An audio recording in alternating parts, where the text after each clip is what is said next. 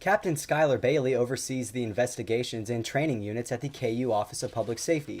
He decided to dedicate his life to police work 28 years ago after interning at a police department.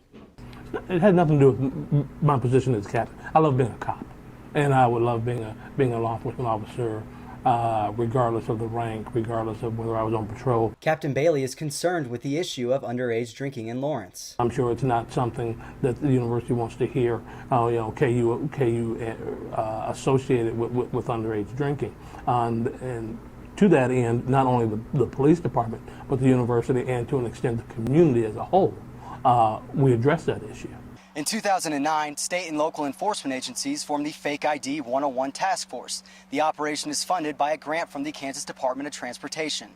The team is together based on the fact that they have grant funding. It doesn't mean that each one of our agencies doesn't go out and do alcohol enforcement on their own, because they do. But this is kind of a unique partnership that we have.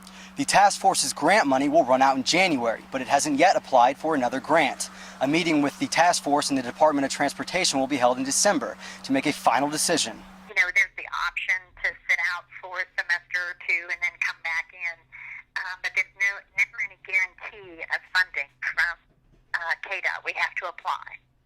Sergeant McKinley says underage drinking could increase if the task force is unable to conduct its sting operations. If we're not able to specifically task officers with going out and doing that, then our numbers are going to drop as far as enforcement actions.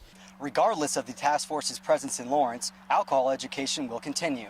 I know Alcohol Beverage Control and Lawrence PD offers classes for bar employees on how to spot fake IDs, what to look for in minors, trying to keep the bars and the servers out of trouble as well. Jayhawk Cafe manager Evan Hylock says the quality of fake IDs has made it challenging for doormen. Teaching them how to spot a fake ID, which are, I think, the main problem as far as underage drinking, because we can't even realize what's a fake anymore.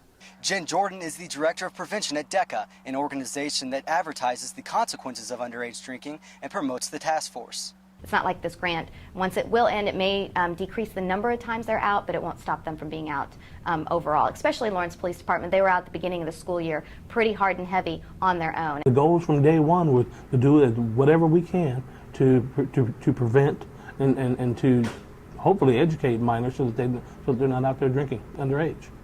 I'm Kyle Crane reporting for PoliticalJayhawks.com.